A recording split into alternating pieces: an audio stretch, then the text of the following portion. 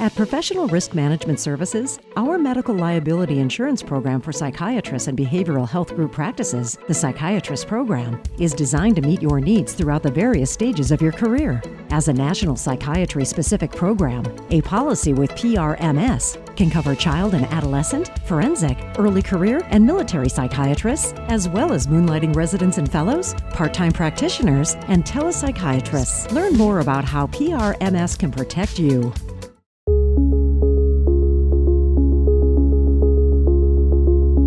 Thank you everyone for coming out to another episode of our Washington Psychiatric Society podcast, sponsored by Career Leadership and Mentorship. Purpose of this being to bring to you conversations between established psychiatrists and local area residents. So my name is Ali Gioka. I'm a third-year resident at St. Elizabeth's Hospital. Fun fact, I recently hit my 10-year mark of being in DC, so that was very exciting for me. I went to college at GW and then stayed for medical school and then ended up at St. E's. Yeah, and then today our guest here is Dr. Robb, who I'm very fortunate to be working with at Children's. I'll keep it brief because, there's a lot we could go through in terms of all of her impressive achievements. So Dr. Robb, she is Chief of Psychiatry and Behavioral Sciences at Children's. She initially did a general residency in psychiatry, then did her first fellowship in psychiatric genetics, followed by her fellowship in child and adolescent psychiatry. She is a psychopharmacologist who's done a lot of clinical research, over 70 clinical trials, variety of child psychiatric disorders, including anxiety, mood, ADHD, insomnia, schizophrenia, among others. I could go on and on. She also does a lot of advocacy work, and so we'll have plenty of interesting things to talk about. Thank you for inviting me. It'll be nice to have a conversation instead of having to give a lecture. Yes.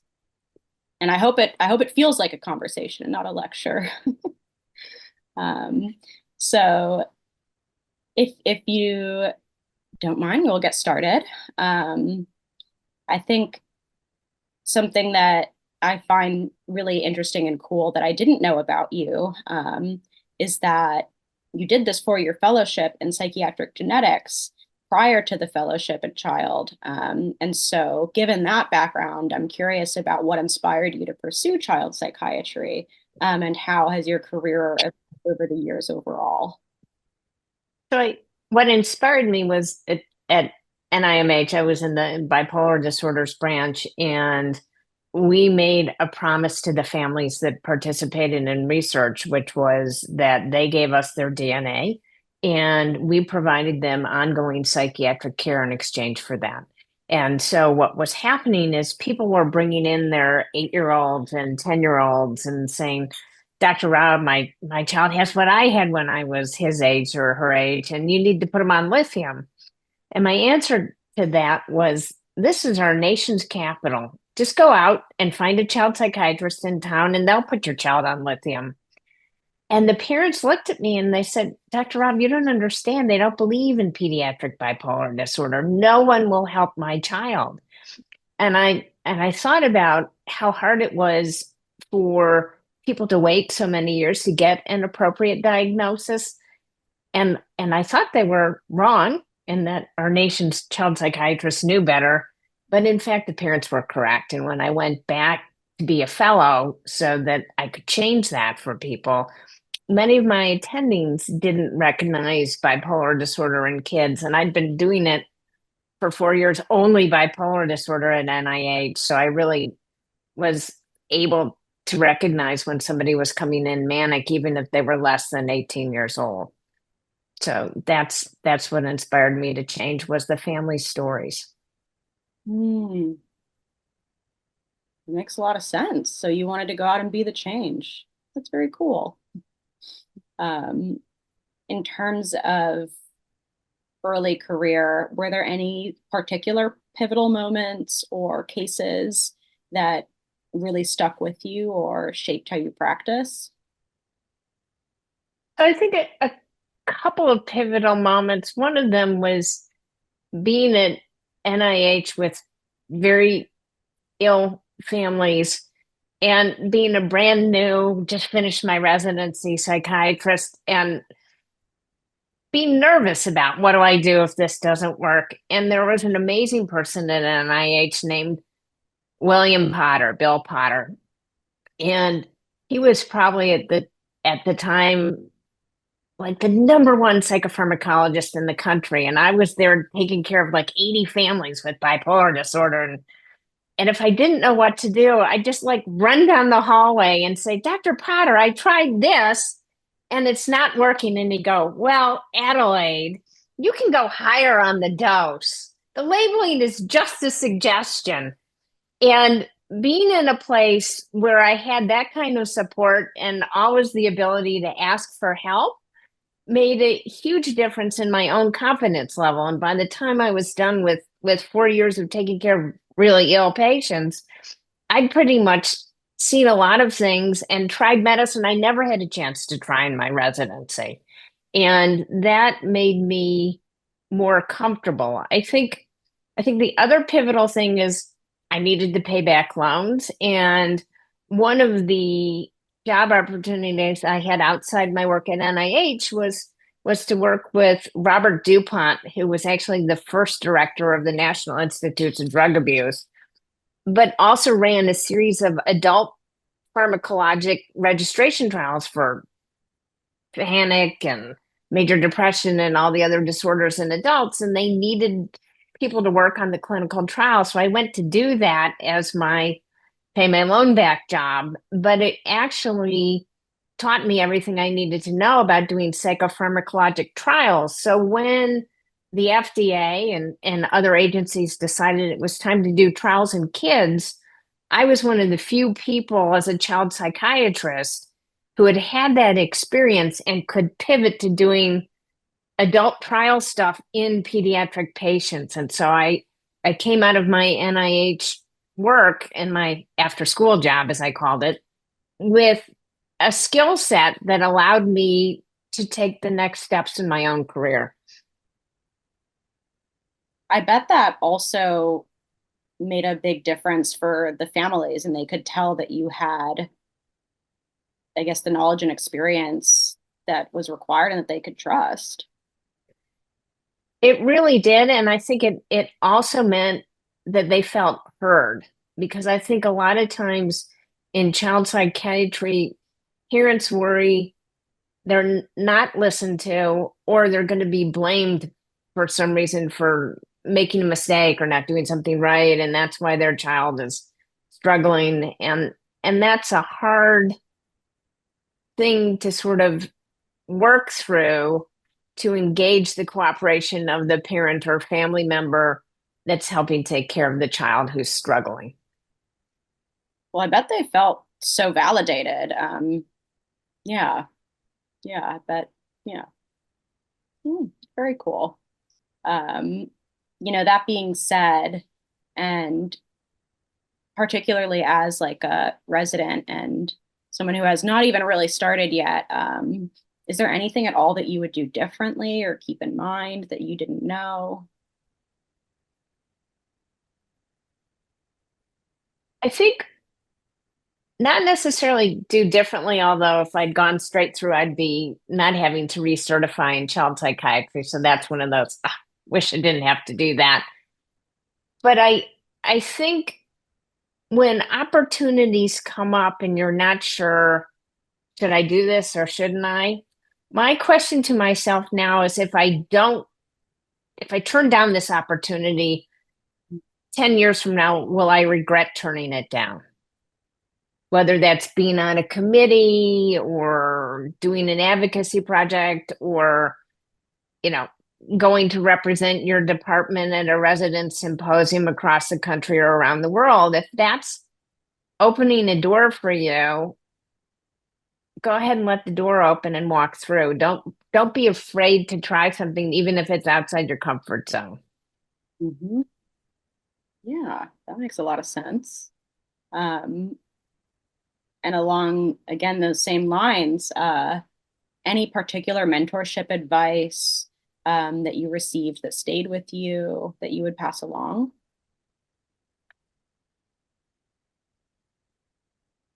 I think one of the things about mentorship is to remember that there's no perfect mentor.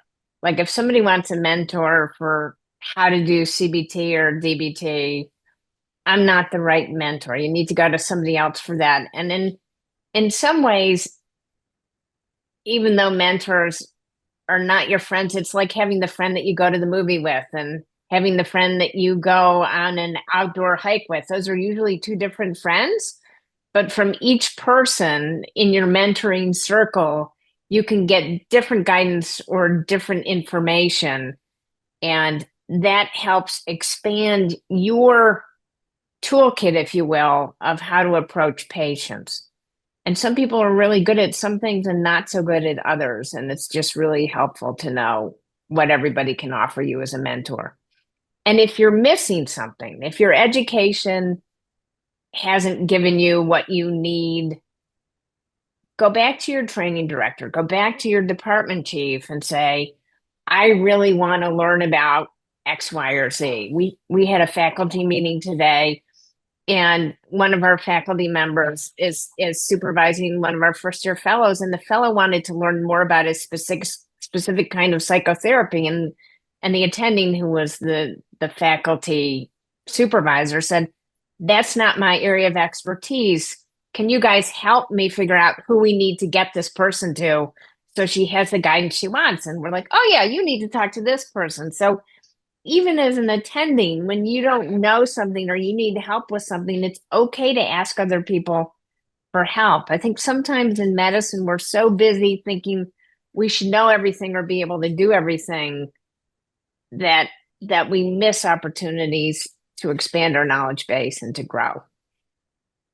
Right. It's like kind of thinking of mentors as not just like, okay, I need to find like one mentor or like two or three mentors, but thinking about it as like, how can I expand my network of mentors and, identify any gaps, and have a variety of different people with different skills who I can call on when I need.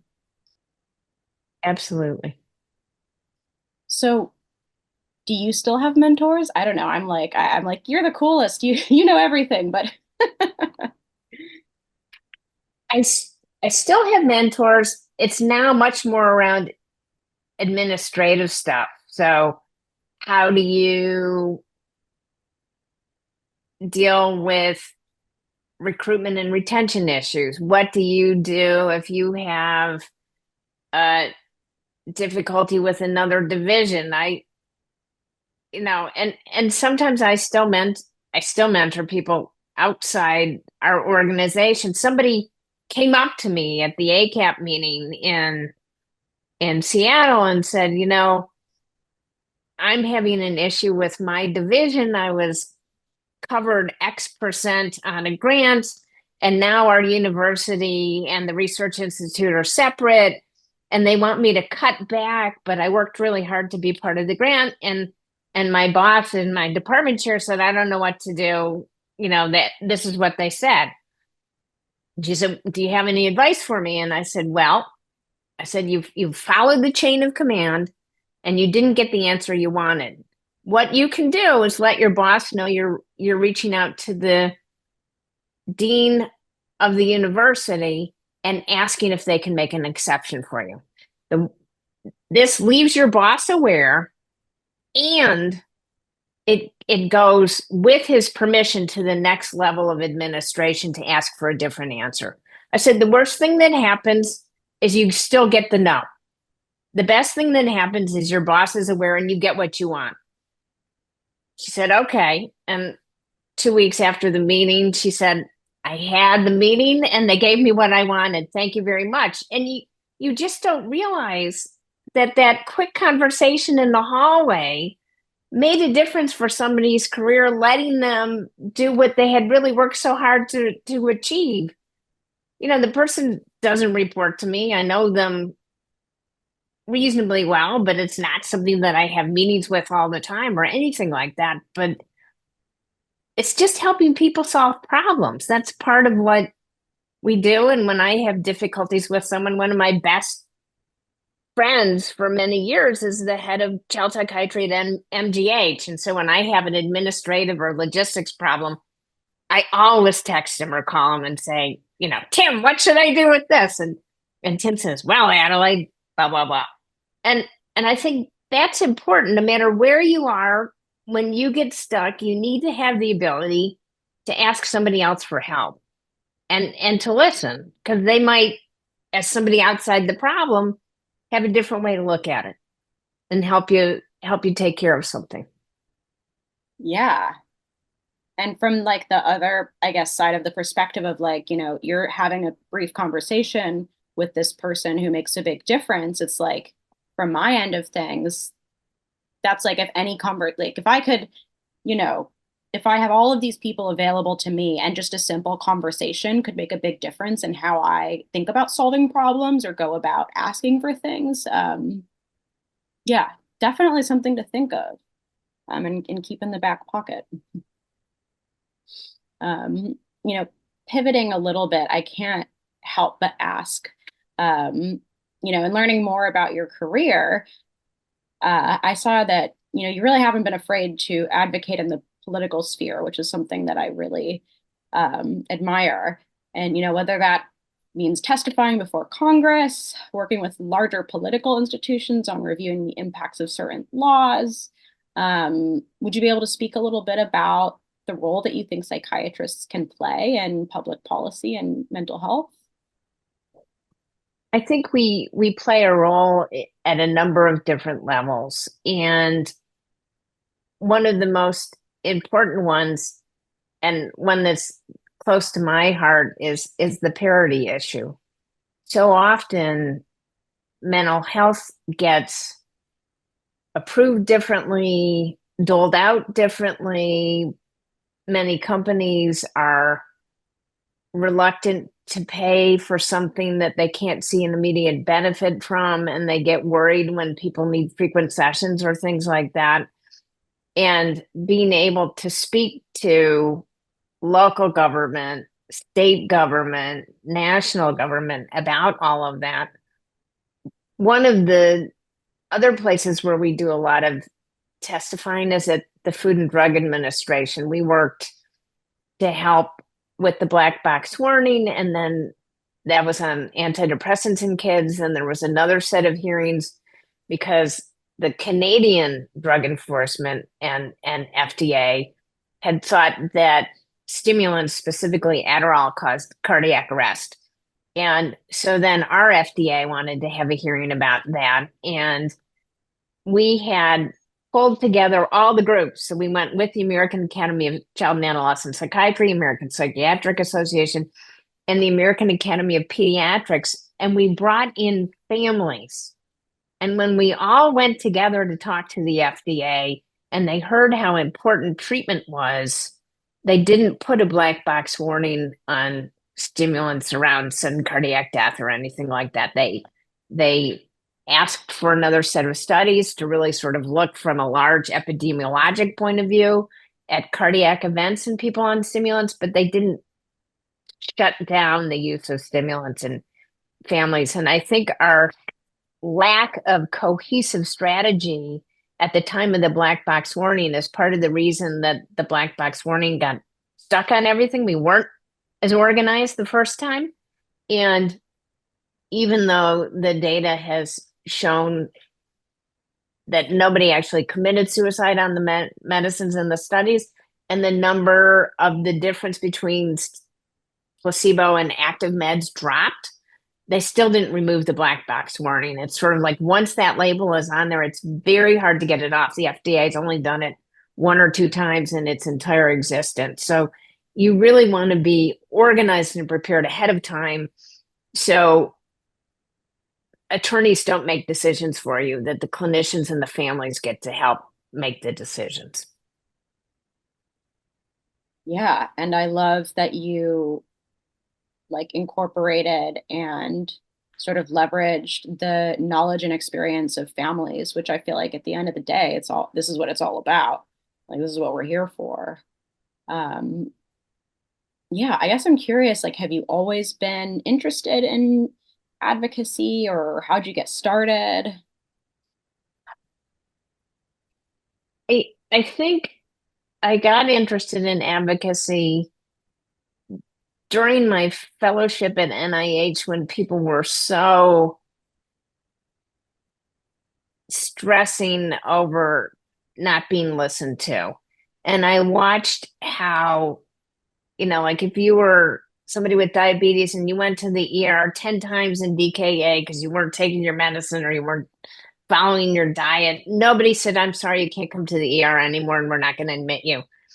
And if somebody kept coming back with a psychiatric crisis, again, for non-adherence to treatment, if you will, people start to say, oh, well, this admission isn't necessary because it's not going to make a difference and they're not going to listen anyway. And I just think that people with mental health care disorders, and especially with comorbid medical problems, everybody ignores the medical problems and nobody looks at the big picture. And I think part of what child psychiatry does is try and look at the person in the context of their life, not just as a set of symptoms that get treatment and then they're done. And it's just really important. And I think the other part of advocacy is with early diagnosis and treatment for almost all the psychiatric disorders that adult psychiatrists see, we can prevent some of the more severe, difficult outcomes, like substance use starts 4 or 5 years after the onset of a mood disorder. You've got 5 years to get it right before somebody starts self-medicating with drugs and alcohol. So we have an opportunity to change somebody's trajectory, and that means we need good coverage and we need people paying attention to what kids need at the lawmaker level and the policy level. Mm-hmm. And so for any residents or early career docs out there who are interested in getting more involved, do you have any recommendations on how to get started in that process? I think one of the best ways to get started is both APA and ACAP, and for that matter, AAP, the pediatrics group too, all have advocacy days on Capitol Hill. The best thing is our organizations, ACAP and APA, have awesome advocacy staff. They will prepare you, they will give you talking points, and they will have you be ready to go and talk. When I spoke around the issues in the DC City Council to the Health and Policy team, our people at Children's gave me talking points. We went over things and they used my thoughts and helped me distill it down because I like to talk a lot. They helped me distill it down to the sound bites that the DC City Council could hear. But we've been invited back because they really want that pediatric voice and they want to make sure that the kids of the DC voting public are getting what they need. And they want to help in any way they can to make sure that kids have the optimal outcome. And I really appreciated that because you don't always think that people worry as much about kids as adults who can vote. And the people in DC do, and the people in Congress do as well. They really want to help families. That's very uplifting in a time when we can certainly use that. And it also makes it more accessible. You know, you think about like going to testify to Congress as like a vague, how do you get there? But when you put it like that, it seems like, well, let's get going. I mean, I don't know. I can imagine a future potential collaboration between, you know, APA, WPS, maybe some residents around. I don't know, just brainstorming. um, yeah. All And right. and at least for our people, our fellows have the 2 days off for ACAP from all resident responsibilities. We think it's important to learn how to advocate because not everybody's going to end up with a career in Washington, D.C., but they're all going to have a state legislature or a community city council like we do here. And so our fellows go to the full 2 day thing. And I know your training director is on as part of the audience, but I think asking the local APA branch, can our residents go to do advocacy, or at least the people who are interested? Can we go to the APA advocacy day so we can go and talk about what needs we have? And it's kind of neat because at least what they do for ACAP is it's not everybody goes to the Washington, D.C. representatives. You go to your state of origin. So if you were originally from Kansas, you go visit the Kansas representative. If you're from New York City, you go visit the New York City representative so that we have enough people. And trainees come from across the country. It's not just us. It's easier for us because we don't have to get a plane ticket, but we try and get as many people as possible to come. Very cool. And I imagine it's also a great opportunity for further networking and expanding all of the people who you can go and ask for help and learn from. It really is. And for people who are part of AMA, they have a big advocacy arm as well. They probably have the biggest one of the medical organizations in the country.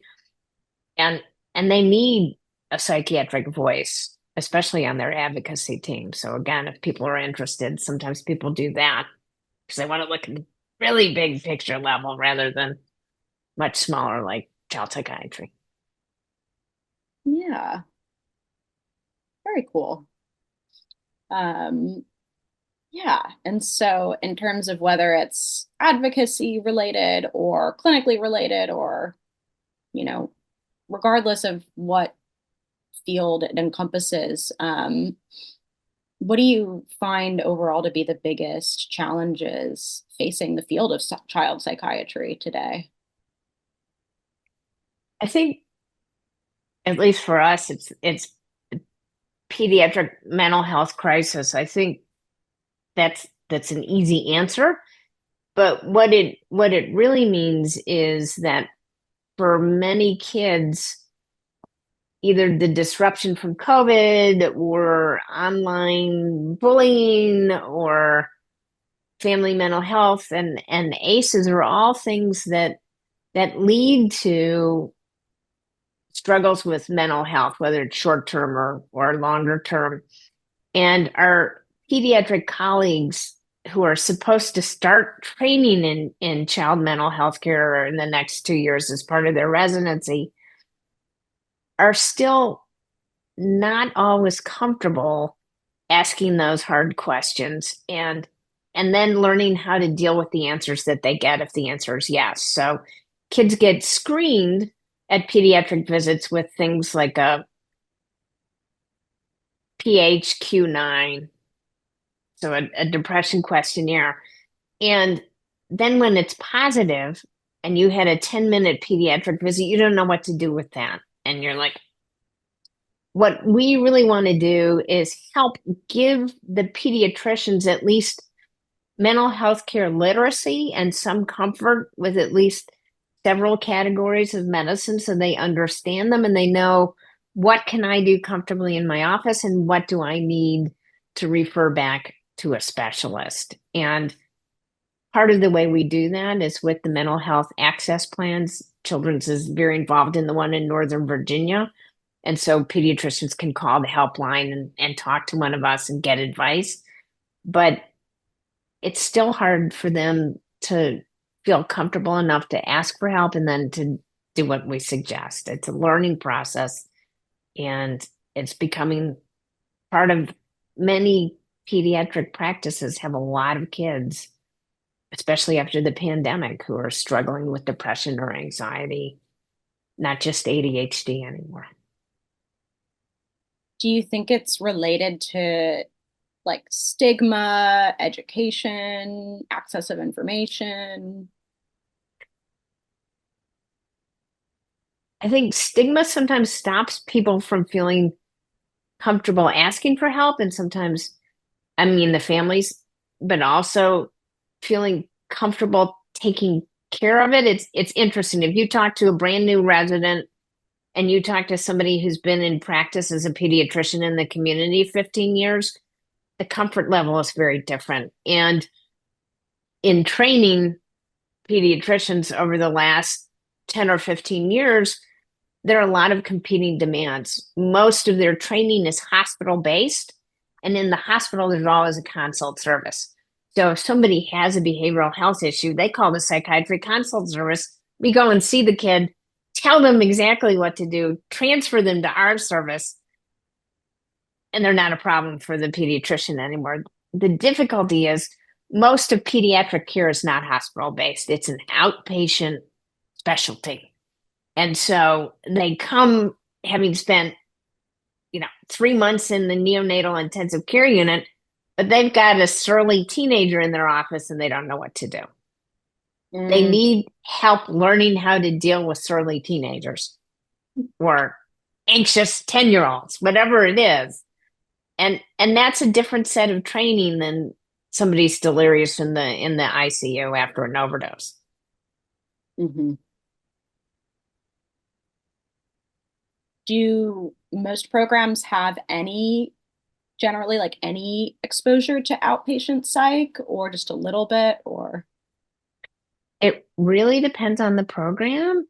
I think some of the programs that have triple board programs where they do adult, child psychiatry and pediatrics all in one 5-year go through, they spend time doing everything. And I think in those programs, there's more crosstalk between the pediatric residents and the child psychiatry residents.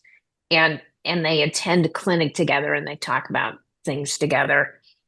I think we're starting and trying. We've had a couple of pediatric primary care residents, so they're not going to do a hospital-based specialty, rotate through our clinics to learn more, but it's not consistent and it's not longitudinal. Like if you think about your experience, you're coming every Thursday for 2 years. At the end of that, you will have evaluated new people, titrated, switched, augmented, and down titrated people, or said, oh, you don't really have a psychiatric disorder. This is just short adjustment disorder.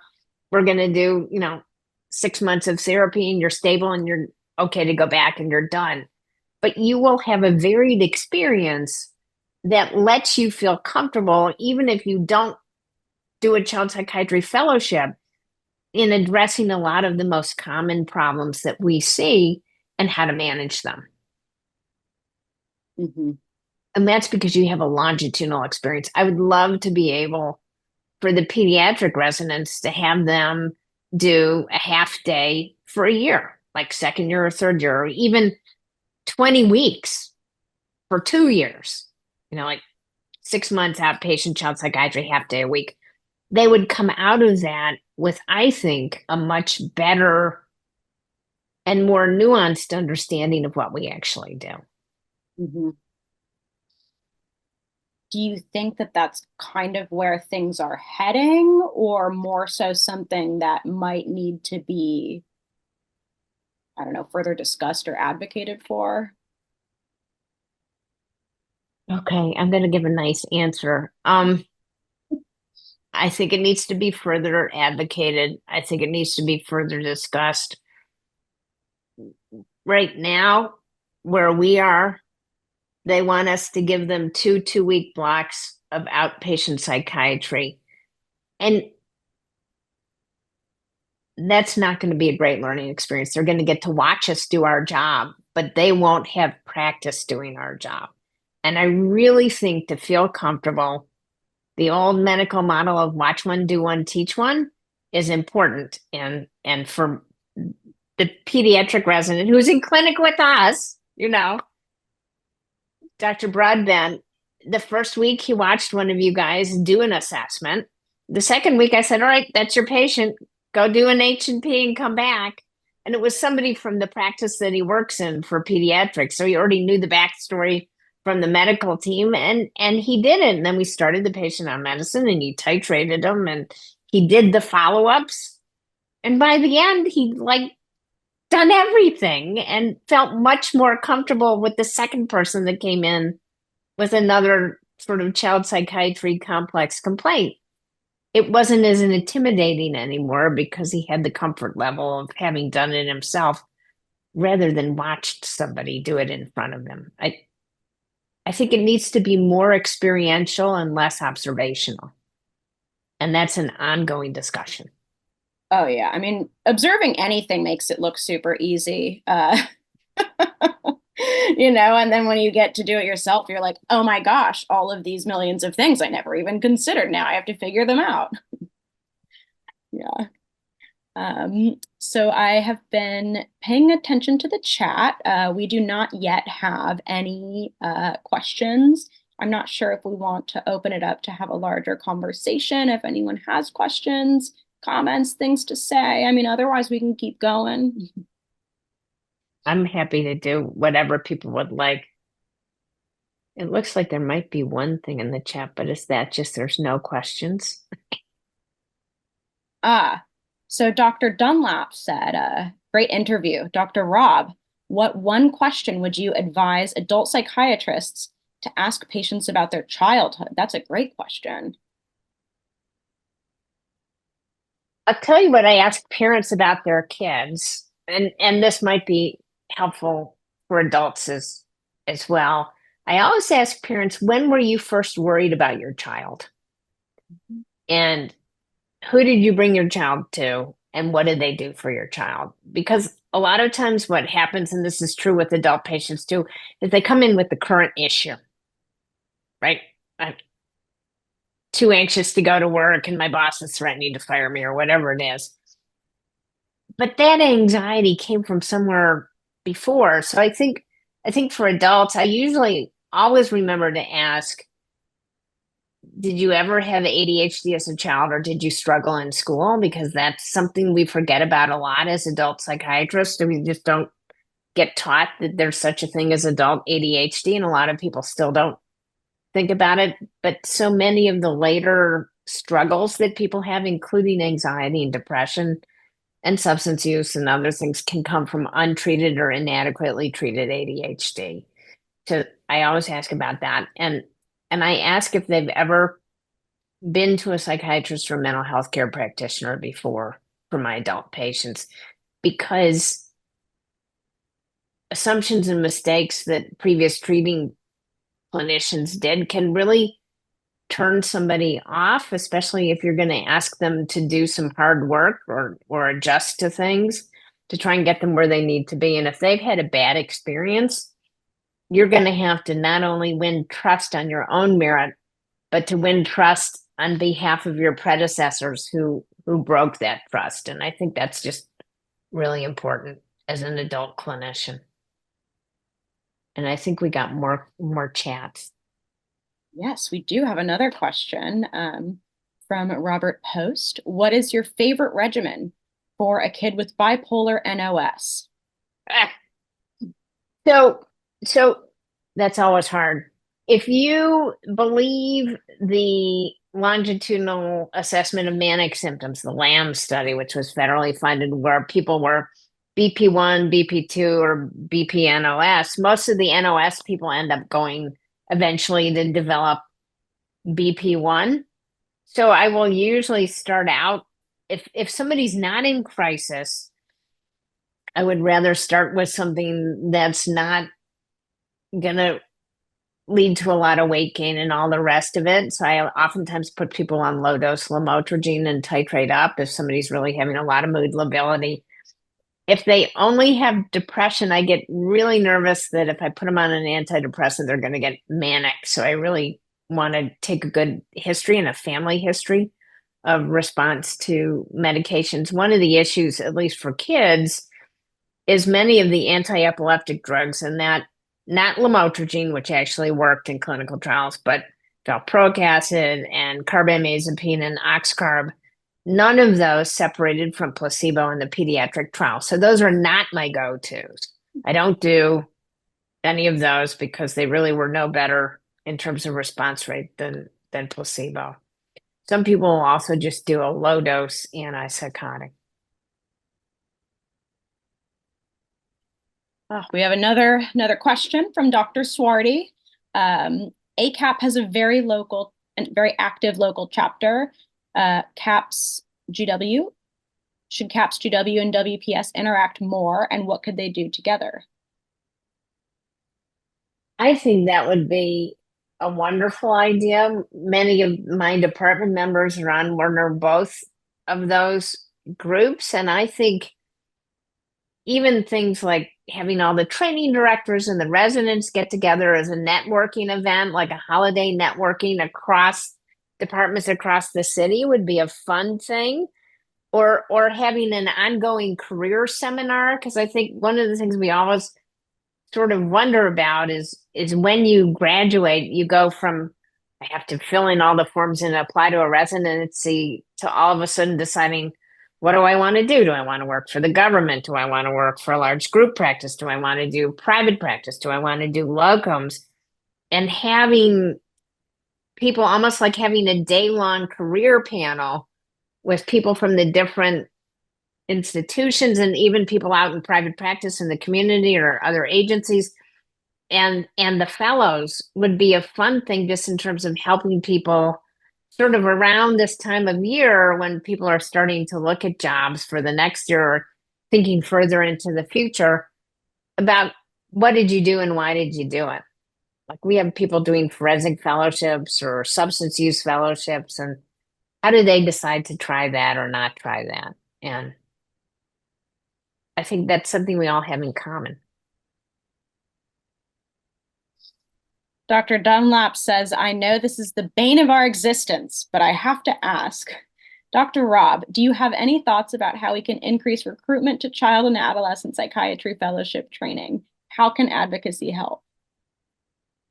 I think advocacy can help a lot. They tried to get a direct entry into child psychiatry without having to do adult psychiatry portal. That failed, that face planted. I don't know why. That should have been better advocacy with ABPN, but I think they were kind of rigid. I think the other thing is loan repayment. So for many people, they may enjoy working with kids and they may think it's fun or it's important or whatever. But another 2 years of fellowship, when you are walking out of medical school, hundreds of thousands of dollars in debt is a very hard opportunity cost. And so one of the questions is, could we, again, through our advocacy work, say, if you're an adult psychiatrist and you opt to do a child psychiatry fellowship, during those 2 years of fellowship, we will pay $50,000 toward your student loans. My bet is if we did that, not give them a higher salary because that gets swallowed up by taxes, but say if you decide to match in a child psychiatry fellowship, you will get loan repayment. People would say yes. Because I think sometimes the financial burden means doors close. They just can't afford to do that. And if you're doing moonlighting, you have to work really hard to get $50,000 post taxes to go towards your loans when you're trying to make sure your car has tires and you're paying your cell phone bill or whatever.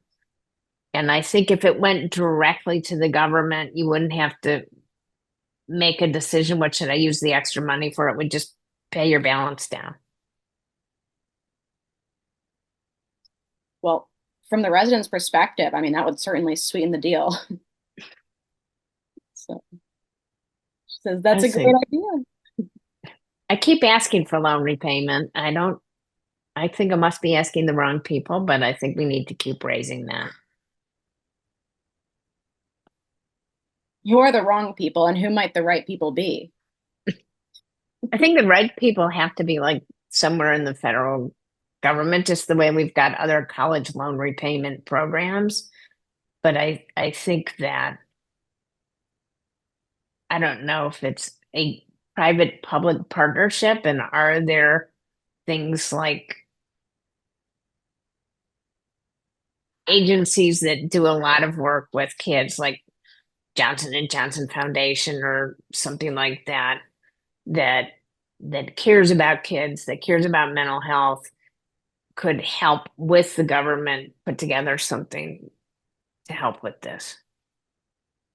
Because the shortage is not going to get better. The average age of a child psychiatrist in the country is well over 50. Yeah, I see that face. Oh my gosh. Wow. Yeah. Yeah. So the trickle down from psychiatry being a popular choice for medical students is for adult psychiatry. It's not for child psychiatry. Not yet, at least.